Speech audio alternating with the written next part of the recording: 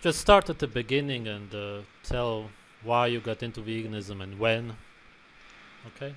Yeah, sure. Cool. Well, first of all, nice to meet you. Thank you so much for having me on. And yeah, cool. Um, yeah, well, I grew up, on a regular English diet in the 60s of meat and two veg, and I was pretty healthy, I was fine. And then I suppose the first problems happened when I was a serious hippie and used to travel around in wagons and live in buses and teepees and stuff. And of course, all the macrobiotic thing was going on back then, Mm. probably about, I don't know, 1980 maybe, 79, 80. And yeah, so we all got into that. And I started to notice this was the first time I started to get sort of weird depressive thoughts and bad back and things like that, things that I'd never had in my whole life before. And then after a little while of that, I decided, yeah, I'm going to stop with all the psilocybin and all that sort of thing, and I'm going to become a yogi and go up and live where I live now, actually, the center of the whole transcendental meditation thing. And of course, they're very vegetarian, and they've misinterpreted Ayurveda and all of that kind of thing, and say that yeah, you got to eat all this southern Indian food or whatever, or anyway, is it northern India? Well, they're all the rice and dal and veg and stuff like that, so they live on that. And I got into that, and yeah, pretty soon started to have some serious joint problems. Nowhere near as serious as they became, but yeah, sorry, this is fly driving me nuts. Anyway, so yeah, I got into that. And everybody seemed reasonably healthy. They were in their 30s or whatever. I was in my 20s, and it seemed okay. It seemed like a good idea at the time. And then that carried on pretty much vegetarian until about 1997 when I took over a gym and I ran it, and started craving some protein with all the training, obviously, and added a few chicken breasts, which it doesn't really do much, if it's still a high carb diet, it doesn't really do much. And so I grew, I got quite big, but I started to get all these terrible joint problems, sacroiliacs going. My wrist was trashed. I was a drummer. Well, I still am. And my wrist was really bad, really painful. I used to have to put it in ice buckets, in between sets when I was playing. And I just wasn't twigging it. And I started to get really fat and whatever. And this went on until 2010. We'll skip forward to 2010. Well, 2009, I was really fat. And I thought, ooh, I'd written a book in 96 on training and Ayurveda and diet and all that sort of thing. The diet chapter was shite. The rest of it was okay. So I thought, I'm going to get a website and I'm going to chart my return to health, with all of this yogic type exercising and mountain biking and all of that sort of thing. I used to write for the mountain bike mags. And little did I realize that a year later, I'd be in a far worse state. I mean, the exercise did nothing. The calories in, calories out thing doesn't do anything. And so a year or so later, I'd come back from a holiday in Thailand, and one ankle one morning just completely exploded. And it was so painful to walk on. I went to the doctor. You haven't sprained it? No, no, no. Well, we don't know. And then about a week later, the other ankle went, and then the left knee. And I was in proper mess, real pain. And there was so many other things, all sorts of brain fog, and I'd been diagnosed with a fatty liver with cysts on it, and all kinds of things had happened. And so I went off to the rheumatologist, and he said, oh yeah, well, hopefully it's just reactive arthritis and it should die down. But if not, if it's still there in 6 months, it's probably permanent. And anyway, the big fight with that, I've written a book on that since, all the fights with the rheumatologists and all how it goes, and they don't they don't have any. Well, they're starting to wake up a bit, but back then, to 2010, it was like, don't be silly. They probably saw somebody give up bread for a week and their rheumatoid arthritis didn't get better, so they've decided it doesn't work. So being a vegetarian, predominantly, always kind of believing it was the best thing, I decided, right, the thing to do is raw veganism. So off I went, on the whole raw vegan thing. I mean, fasting was good. It really took the symptoms away. I used to do all kinds of water fasts, like 3 days, 5 days, 11 days, I think was the most. I didn't do any monstrous ones, but after the third day, it was heaven. Suddenly the symptoms would disappear. So it was really obvious that diet had something to do with it, and it was something to do with the gut. So anyway, but of course the answer must be raw veganism. Isn't it the most pure diet? Isn't it the most wonderful thing that's going to detox the body of all demons?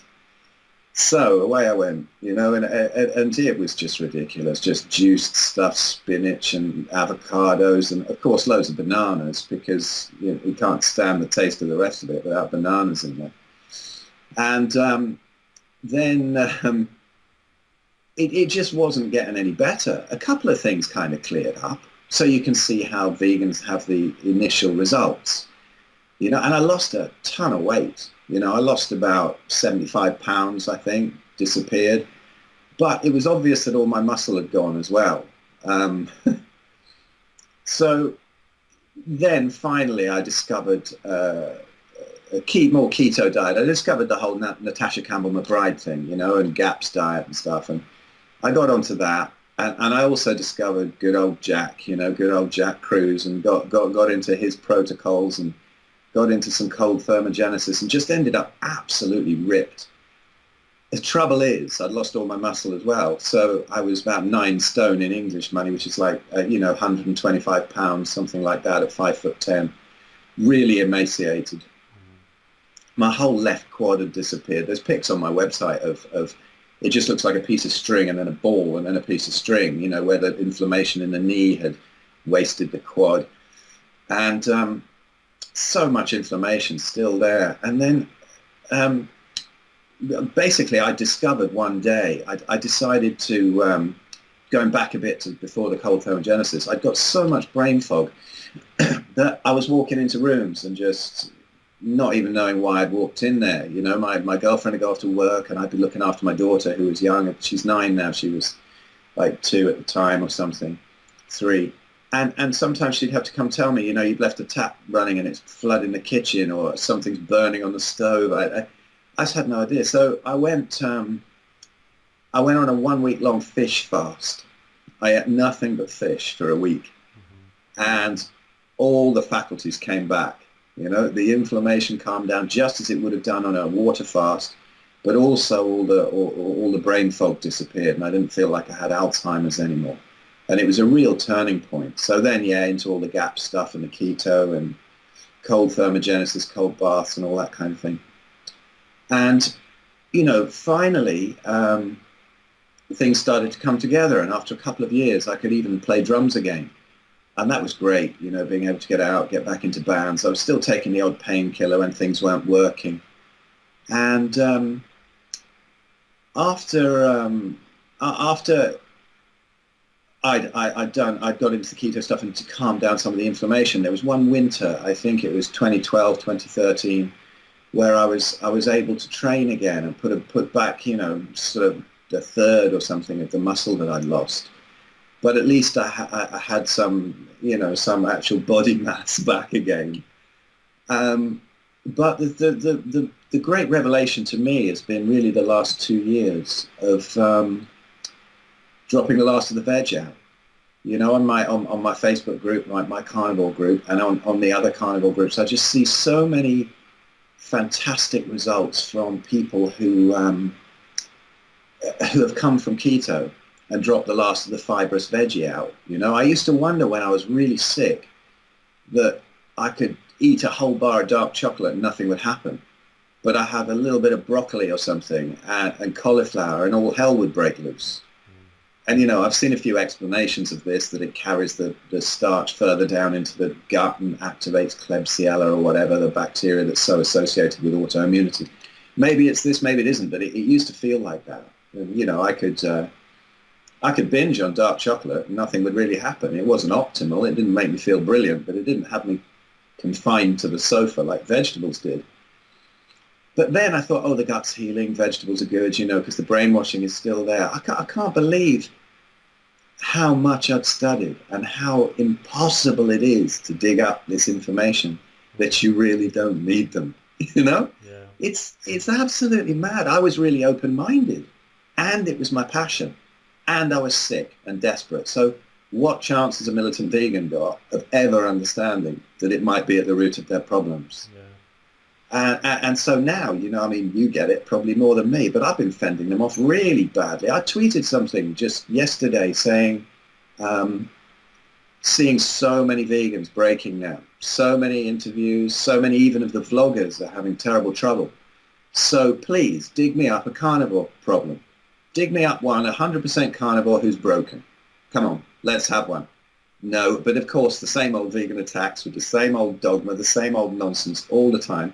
But nobody's come up with one yet. You know, they've been at it all night having a go at me, but they haven't come up with one yet. And it's funny, it took that long, but the improvements have been quite extraordinary. I mean, the energy is ridiculous. Like I sent you that message yesterday, like I'm 56 and I go out and play these gigs. And I know it wasn't natural because when I first started back into it and I was really kind of weedy and I was wondering if I could play again, I was having difficulty getting through gigs. But yesterday was an extraordinary gig and it's a very loud sort of guitar-based wailing guitars and crazy blues and funk and stuff. And it's really energetic. And I could have done it all over again. And I don't think I did. I thought, oh no, I had one rump steak yesterday. I didn't even really eat anything. You know, sometimes there's young guys in the band and their energy's down, everything. Just the improvements of throwing out the last of the veg have been fantastic. I haven't gone on to raw meat. I mean, I've eaten a bit of it. I've tried bits here and there. It's okay. Not massively keen on it. Maybe I'll have a go at that soon and see if there's even better, you know. But it's nice to take one stage and one stage and one stage, you know. But I wouldn't say it was all diet that fixed me. I think it was other stuff, you know, all the stuff about the blue light and things like that. When you're really sick, it's funny. A lot of people don't notice the difference, but when you're really sick and you have a load of stuff to try it out on, a load of stuff to try out on the disease, it becomes really clear what's working and what isn't, you know. And I mean, 1,000 things. Some vegan said to me this morning, oh, it's just the placebo effect. You know what I mean? I was convinced it was going to be veganism. If anything was going to be placebo, it would have been that. It didn't work. So, yeah, I mean, of the thousands of ridiculous things I tried, you know, everything I Googled, I've tried. I can tell you every fix there is out there that works or doesn't work. And you know, the big ones were diet and light and emotional stuff, you know, and that kind of thing. And you can see how they work. But yeah, this whole carnivore thing, it's completely got me sold. They're saying, oh, everyone's going to die down the line and they're all going to die of all this, you know, cardiovascular problems. Well, I used to have arterial calcifications. They all disappeared. The fatty liver disappeared. The cysts disappeared. I had, the vegans were hassling me for blood tests, you know, recently. And I thought, well, okay, you know, in this country, when you get to be a bit of an old codger like me, they keep sending you these letters. We need to do a check, you know, we need to do this, I put them in the bin because all you do is sit there and you have a lecture about statins and then you tell them to fuck off and then you go home. It's not worth it. But I thought, well, okay, if they're shouting about it. And I've been actually, my mum died recently and there was a period over that. I've been really hammering the wine too much and I've been quite enjoying it because my liver seems to be really clear and I've been kind of really enjoying wine and it doesn't seem to have any negative effects and I don't seem to have any hangovers whatsoever. I don't pretend it's optimal, but I thought, well, it's going to be interesting to see if I've blown up my liver again because my liver was trashed. So I went to the doc and the nurse, you know, the practice nurse sees you and she said, oh, well, LDL's up a little bit. And I said, yeah, that's cool. That's fine. That's where I want it to be. And I said, you know, HDL, triglycerides, oh, yeah, great, matched up, you know, that's cool. And I said, you know that the high LDL thing's a bit of a con to sell statins and whatever. And she said, yeah, I know. So that was cool. I thought, okay, she's like, and so I hope I don't get you in trouble, Herbie. I hope nobody's watching this, like the doc at the practice or something. But anyway, and then I said, yeah, but what about the liver results? You know, and she went, absolutely perfect. And actually that surprised me because it's funny, isn't it? But when you look at it, I'm not advocating drinking or smoking, but when you look at the indigenous tribes, so many of them smoke tobacco, so many of them get mashed on their home brew so often. They do everything else right, and it's fine. And are those things actually wrong? I don't know.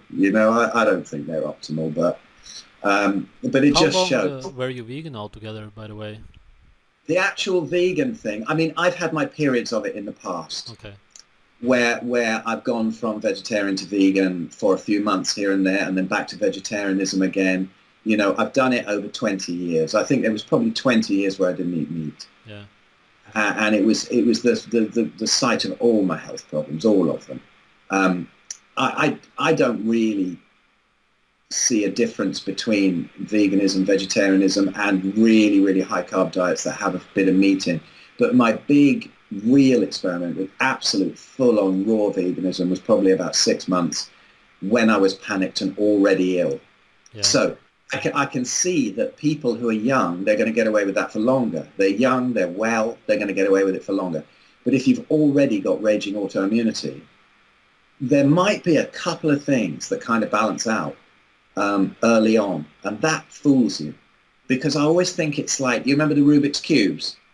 Sure. It looks like you fixed a couple of sides and you're looking at it from that angle and it looks okay, but you turn it around and all the other sides are all over the place.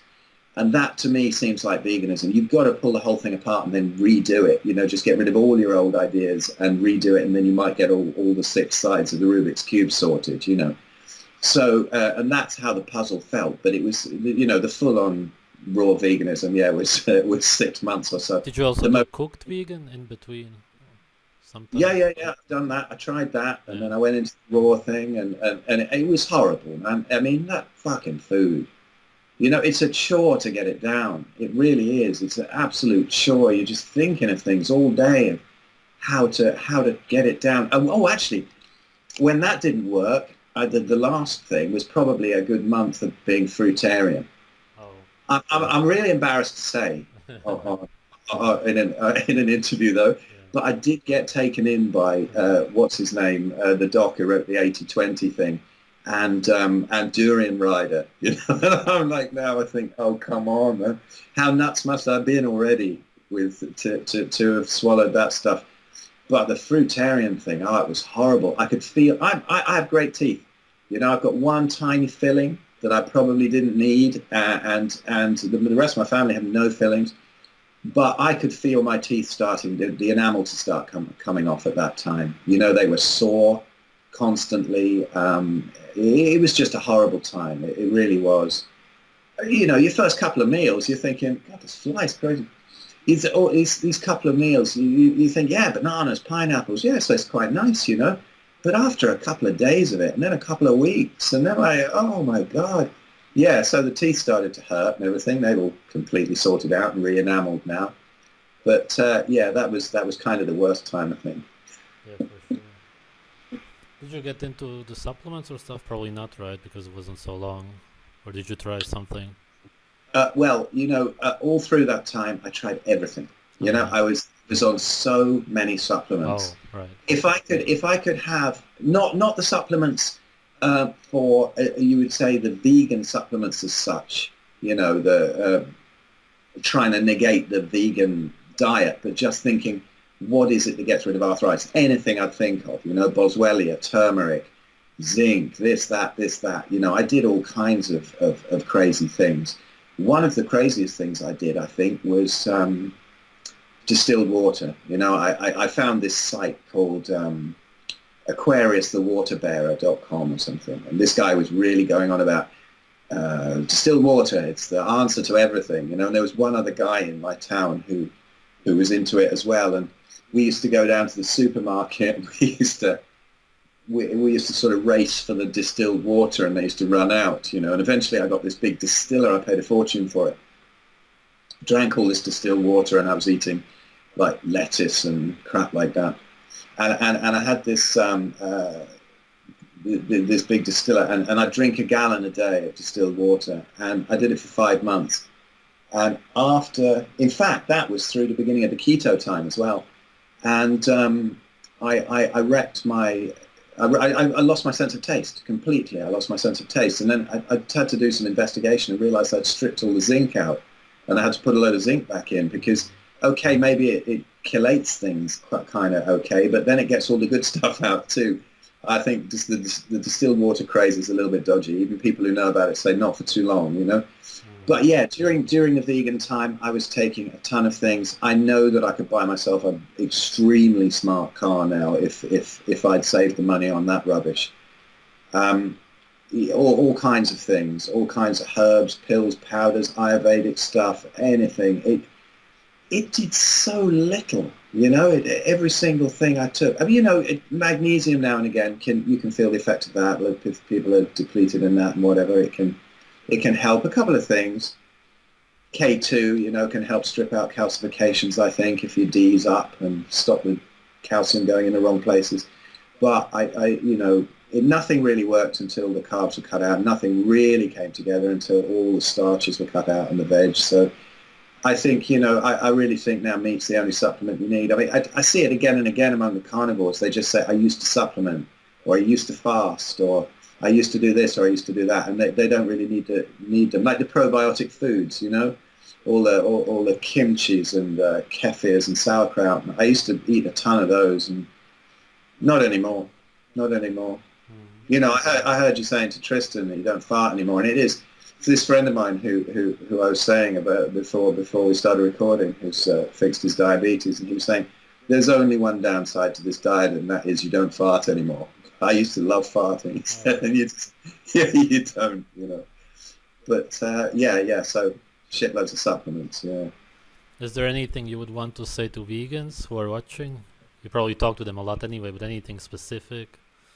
I do talk to them a lot. I'd just like to say, you know, just look at the aggression, you know, look at the aggression you're coming out with, guys. It's, and then telling me I'm incredibly aggressive. I'm really patient with you, you know. I'm so patient with them. I sometimes have a laugh and just write some ridiculous things, you know, because I have one of those daft English Monty Python-esque sense of humor, and you know, you can't resist taking a piss out of them sometimes. But normally, if they're reasonable, I'll chat with them, you know. But I had to do in the end that vegan attack video because it was just getting so bad, and I was spending so much time going round and around the same things. And I just say that, you know, not everything is what it seems. When I was vegan, I was never militant. I was never nasty to anybody. I just genuinely thought that it was a really it was a really great thing to do for health, and it wasn't. And I had a really open mind. All I was interested in was finding the truth about something, or the best thing I could find out about. So I wasn't even that attached to it. As I'm not attached to carnivory, it's the best thing I found now. If I find something else better, like hopping up and down on one leg or something up your arse, you know, maybe this is better, you know. And but people keep saying closed-minded, won't look at veganism. Christ, I've looked at veganism. I've been at it for 20 years, you know, and alternating with vegetarianism. And just, guys, really, really open your mind and look at the new science. Stop screaming out for studies. Stop going, where are the studies, where are the studies? I mean, only this morning I linked a guy to studies. And then he goes, where are the studies? I say, why don't you open that? I'm not looking at that. Well, why, you know? Just to have some curiosity. I don't care what anyone eats. I don't force anything on anyone. The thing that puzzles me is a lack of curiosity, you know? How can you not be curious about what's going on in the world? How can you not want to keep disassembling your own ideas and finding better ideas? How can you not want to? The levels of deception are enormous. So, you know, open your minds. Look at the other stuff with an open mind. I've already looked at all of your stuff with an open mind. You know, everything you link me to, all the vegan bodybuilders and all that sort of crap. You know, I've seen them all before. Stop linking them. I honestly, I'm not being closed-minded. I've looked into it all. You know, I've looked at all hundreds of them, and most of them built it without veganism. Most of them on steroids, and most of them fail on the veganism. Like that video you did about them. You know, I love sending vegans that video when they send me the bodybuilder thing. Right. You really nailed it in that one. So, you know, it's start to look at people's, like, you know, and ignore Sean Baker's blood results. You know, all of this, always calling out Sean on his blood results. I had to make a vid about that too, because they don't know, they haven't got a clue. And when you actually look at it, I've heard a couple of guys who've done a lot of research into this with low-carb athletes and whatever. And they've been saying, well, the glucose spikes on people who are doing an enormous amount of exercise. But the insulin is low, so they're insulin sensitive. He's fine. He's okay. It's the exercise that's doing that. It's nothing to do with this this diet. The testosterone low is probably an enormous amount of exercise and the result of that and the exact window that he got it taken in on that one day, you know? Just start to listen to the guys who are coming out with this real science, but you don't want to. You've got your cognitive dissonance. You don't want to hear that stuff. But, you know, people like Ivor Cummins, if you're still stuck in this ridiculous lipid hypothesis, you know, just have a listen to Ivor Cummins. Have a listen to Ted Naiman. Have a listen to the docs that are really on the cutting edge. Malcolm Kendrick, he's great, who wrote the Great Cholesterol Con. He's a great character. I did a talk with him a while ago, and he you know, he's a Scotsman and he doesn't mince his words, and he's great. He doesn't fuck about at all. And he's coming up, he's really dissecting the studies and coming up with other studies now that are showing that it's proper nonsense. Just look deeper at the other side of things, because the funny thing is, don't you think it's weird that most carnivores have been vegetarian or vegan at one point?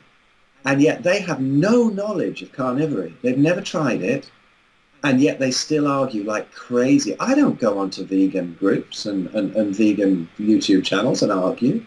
I don't go in it, you know, they get on with it. Let them get on with it, it's fine. But they swarm onto ours, don't they? It's absolutely mad. And they have no knowledge of it. I can't imagine going and arguing on a brain surgery forum or something, you know, like just sit there and learn, watch if you like, go away if you're not interested. But it's this religion, as you say, you know, it's the religion of we've got to save the planet, and they're not even doing that, as we know. So, yeah, it's crazy. Just open your minds, guys. Just open your minds, calm down, stop insulting everybody. We're not really that aggressive. We're not really that nice. I go onto vegan groups and I see vegans arguing amongst themselves. You know, this vegan's not vegan enough. This one's the wrong type of vegan. This one is... You know, they're just arguing constantly. And you go into carnivore groups, they're just funny, they're cool. People are having a laugh, you know. And even if a vegan comes on, unless he's trolling really badly, if a vegan comes on, it's like, hey, cool, how you doing? Hang out, see if we can help.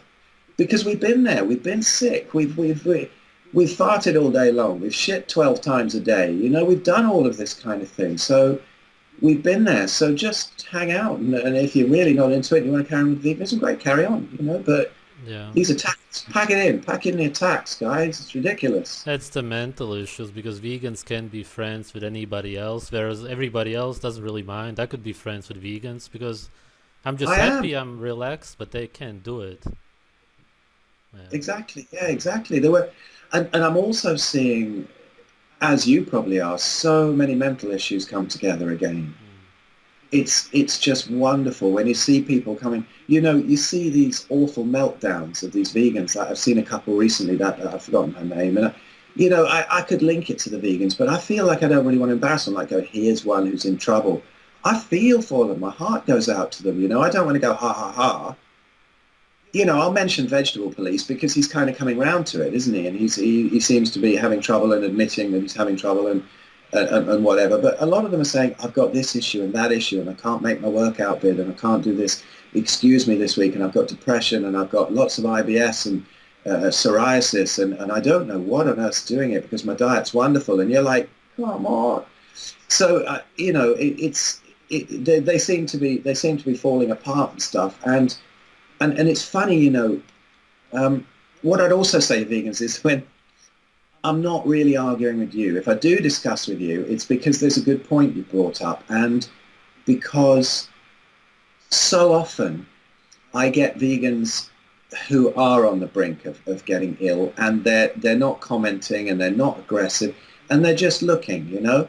And so often they've come to me, and I've been able to help them really, really get well. Even some who have argued with me in the past, they'll come to me and say, hey, listen, my thyroid's blown up or something, you know, and then you can help them out. Or, you know, I don't say I'm any kind of a healer. It's just simple, isn't it? You tell them how to help themselves, and then they can see the sense in it, show them where to look, and you get these wonderful results and healing stories, testimonials back. So yeah, I will discuss with vegans sometimes now if I think the subject's good, just because I know there's other people watching, and very often they end up on my group or they end up contacting me, or they end up contacting somebody else, who knows about it. And it's great to see. So it's not for the benefit generally. People go, why do you argue with them? Well, if they're too aggressive, I don't. But if they're actually asking a few things and not being too bad, then it's kind of an interesting one, because it's probably there's a lot of vegans watching who want to ask those questions because they're having trouble. Yeah. So that's... I want to ask about what you eat. Is it also like Sean mostly cooked muscle meat, or do you also eat organs and something else? I eat organs. I don't eat an enormous amount of organs. I eat them because I see these people staying well on just muscle meat for years. But like you, I have my suspicions. In the Stephenson book, he's saying that the Inuit used to eat the muscles and throw the organs to the dogs. I don't know. I actually haven't got, if I'm wrong on that, correct me, because I haven't got to that part in the book. I just hear people quoting it all the time. But for me, I would like to keep it covered, so I eat liver, I eat chicken livers, I eat fish, I will have a lot of bone broths and stuff. So I do have that. I haven't read it, but from what I understand, it's what he did. So he just reported about it, not what they did. And of course, there's a lot of documentaries about them, and you can see that they are all about the organs and the fat and everything. Yeah. Well, there was a bit of a discrepancy there, but a lot of people are saying that, so that's why I brought. This is the thing. It showed it there. You see, I've heard something, but I'm not sure. So I'll say, hey, is that true? This is the thing about vegans. Why don't they do that? Why don't they go, hey, question that? Because it seemed a bit weird to me. I can't see an indigenous tribe throwing everything to the dogs, but I don't know. I'll wait till I get to that bit in the book so I know about what he's saying about it. So I think organ meats and stuff, definitely. I also eat egg yolks and I eat butter. I don't get on so great with the whites, but I don't eat them every day. But beef every day, lamb. Chicken I don't get on with. I think if you've had some sort of autoimmunity, I always feel like chicken's kind of walking corn. I miss chicken. I'd love it if I could find some chickens that had eaten grubs and ripped the odd mouse to bits, because they're not vegetarian. And if they'd eaten that, then I think that would be great. I definitely miss crispy chicken skin. That's great, isn't it? But no, I don't eat it. Maybe once every couple of months I might have a little bit, but if I'm out at a restaurant or something and I might have a steak and a few of their chicken wings or something. But as long as I don't have it too often, it doesn't affect me. And pork, I find, doesn't affect me very well either. I'm completely symptom-free, but I have one little gauge, one little instrument panel left, which is the left knee, that was definitely the most wrecked, and it's still got some extra kind of tissue in there, although there's no inflammation. But it can be set off. Nowhere else in my body I can eat anything. I could probably eat a loaf of bread now, and it wouldn't set it off. But it's the ice cream van, or the heroin van, as we call it around here, because I think they stock that more than ice cream. Well, frozen vegetable oil, really, isn't it? It's not ice cream here. So I can get a little kind of tingle, and I can feel it in that knee. And this warns me if I've had some chicken that's been full of corn, or some pig that's been fed on, old newspaper and socks and God knows what. So it's terrible what they feed them. I know. What do you think is the future of veganism? What's going to happen? Man, I don't know. I mean, wouldn't it be awful if it became this really worldwide thing? I just think all we can do is to illustrate the real health problems that are coming up on it, and then people do start to question. I would say, honestly, of people I've met and people I know, 9 out of 10 vegans are starting to question. Somehow a little bit, even if they're not admitting it. So I think the message will be strong. I think also people are so obsessed with science, and they don't realize that science most of the time isn't science. It's just scientism and whatever, whatever ends up on the front of the tabloid newspaper is their idea of science. So it isn't. There's some wonderful studies coming out. They're really proving that that cholesterol is not the evil. It's much more down to insulin and inflammation if you're going to take it from blood markers. And things like that. So I think as that comes out and it gets drilled into them, there's going to be a while. So what was that old, was it Gandhi or something? First they ignore you, then they laugh at you, and then they attack you, and then you win, or something like that. I probably got it wrong. But I think this might happen. I can't see. I'm never 100% on anything, but I can't see a diet that keeps me, I'm not ripped because I drink some wine. As soon as I stop drinking wine, like abs pop out and everything, however much I eat. And I don't see other 56-year-olds without a belly around where I live. And a diet that would do that, and I eat to my capacity, I never starve myself. A diet that would do that and get rid of multiple autoimmunity, skin issues, calcifications, fatty liver, kidney stones. Jesus, did I have a big kidney stone. It was agony. Of course, they say it's protein. No, it's not. It was all the juiced spinach, And my God, the pain of that, it was unbelievable. I eventually had to have it lasered out, They had to go up the end of my knob and put a laser up and get rid of it. But no problem since then. They obviously say, avoid the protein, but nothing since then. And kidney function's perfect and everything. So if a diet can clear all of that up and reverse my mum's breast cancer, I don't know if you've seen that. I've got a little video taken out of a talk that I did for the World Health Innovation Summit. And I was talking to some docs and health professionals, and they were really open. They were cool. But with my mum's permission, she was 93 last year, and we reversed her breast cancer. And I've got pictures of it ulcerating through the skin, and then it's disappearing. Of course, the vegans probably think I photoshopped it or used the before as an after or something just to not believe me. But basically, it was on an all-meat diet.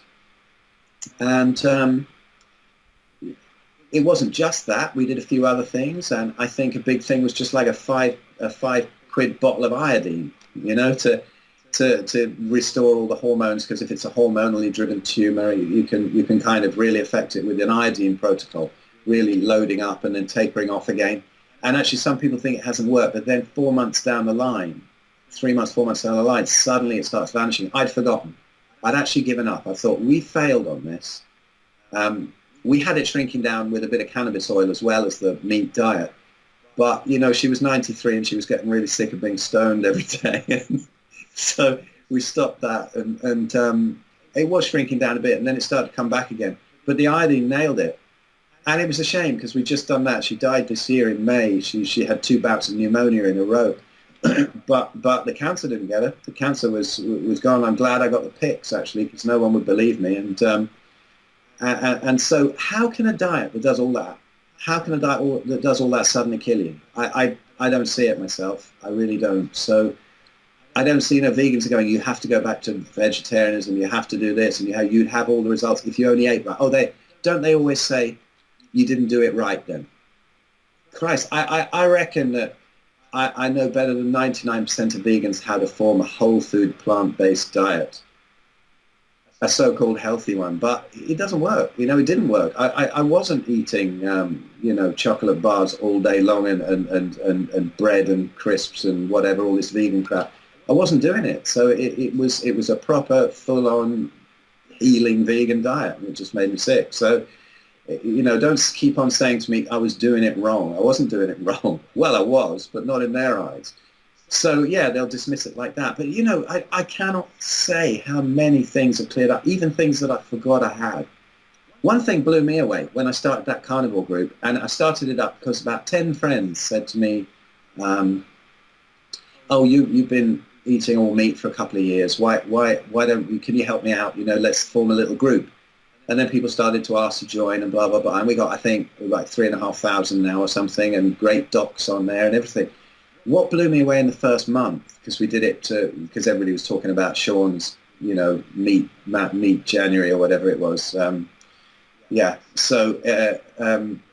what blew me away was the people who did it, who were kind of ill or something, they did it for some reason, and their partners did it at the same time to support them. And suddenly I started to get these messages, people were saying, there's nothing wrong with me, but I'll give it a go just to support my wife or whatever. And then I started to get these beautiful messages, these long posts. One guy particularly was very eloquent and writing these beautiful, funny posts. But how much was he was fixing that he didn't even know he had? You know, the last of the lower belly fat going, the energy in the gym, the sort of tiredness that he was having at certain times of day at work.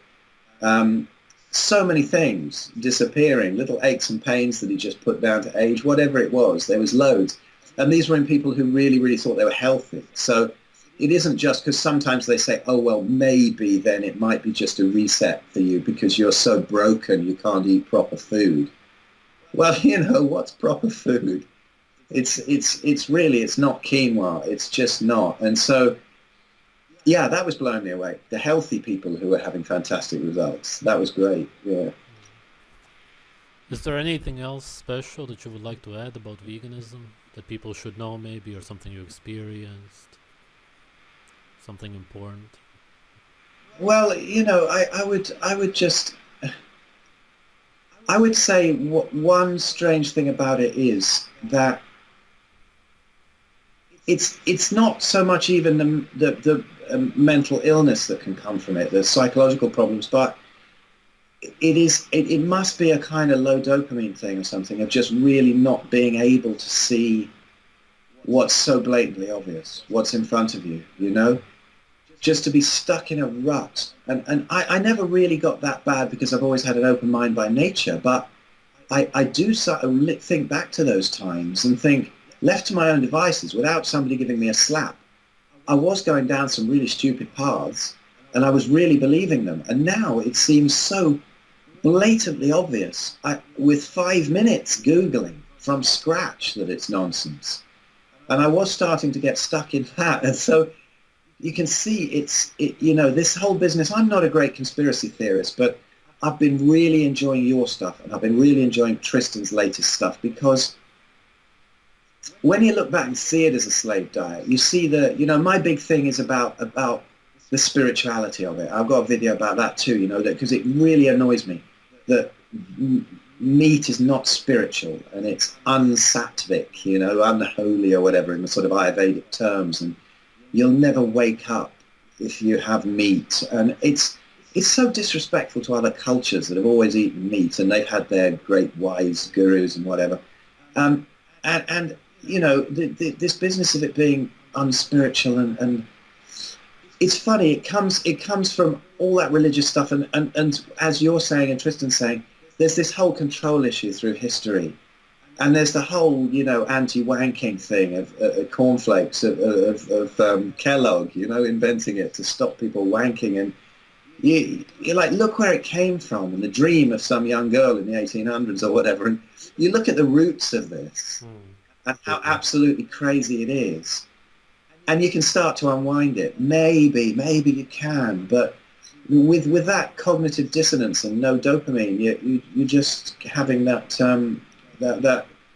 what is it? I forgot. Is it Dunning-Kruger effect or something? You know, where you think you're an incredible expert, but you're actually not. And I'm always watching out for that. You know, I'm always now watching out for where I'm being an idiot.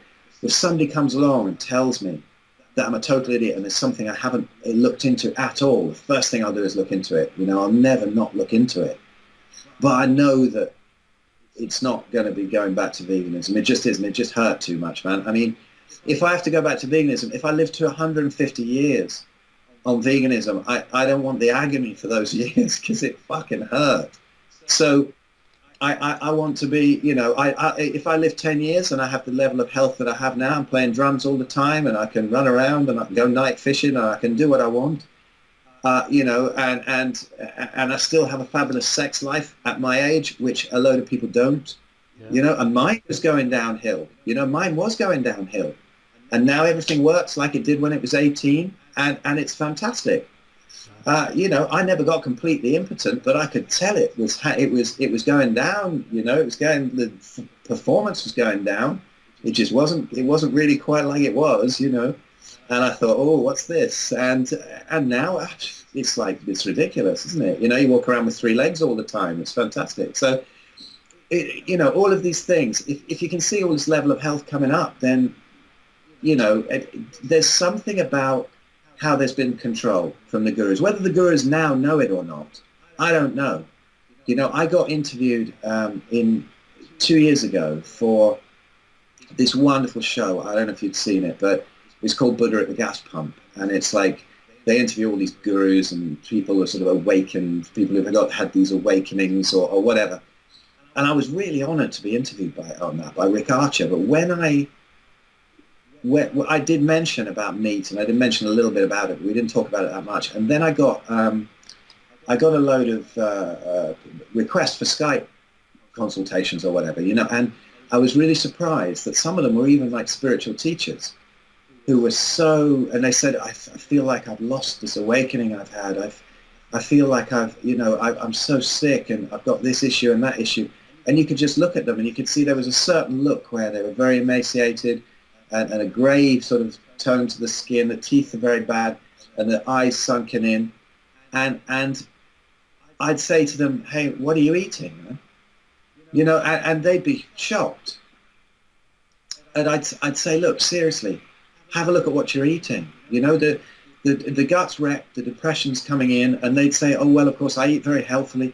I'll have some granola for breakfast, and then I'll have some fruit with that, and then, I'll have a nice wholemeal bread roll with some vegetable soup at lunch, and then in the evening I'll have some rice and some dal. And I'm going, man, that's suicide. That's going to destroy the gut. It's absolutely no wonder you feel crazy. And then all these spiritual movements where it's supposed to give you some kind of strength and adaptability, they end up as these precious little snowflakes that can't take a joke, they can't take criticism, they can't enjoy watching an episode of The Walking Dead because they're so bloody delicate. You know what I mean? Just nothing can they do. They can't be out after 9 o'clock at night. They can't do anything. And it was amazing to see that some of them would be horrified when I said, listen, guys, just seriously, just try eating meat. I can't do that. Yeah, fair enough. Okay. And I didn't hear from them again, but some of them did. And the results that you see, and they're coming back, and they're still here and there, and I won't say who they are because they're still on the group and stuff, but some of them come back and they're like, and now they're really singing, and they're also saying that since eating meat, they've never had such an appreciation of nature, such a respect for animals, such a deep experience in whatever practice it is that they do, whatever spiritual practice they do. And so, the whole thing is proper bullshit, layers and layers of it. And seriously, man, I'm not as outspoken as you, but every time I'm watching you really having a pop at them and really going at it, I'm applauding and I'm in hysterics because I think it's hilarious, man. Carry on, because it's killing my friends up here, one after the other, they're dropping. And I see it happening. The sooner we can put an end to it and show them that it is just this, it's a diet of the slaves and the spiritual sort of the people that they want subservient in religious and spiritual movements.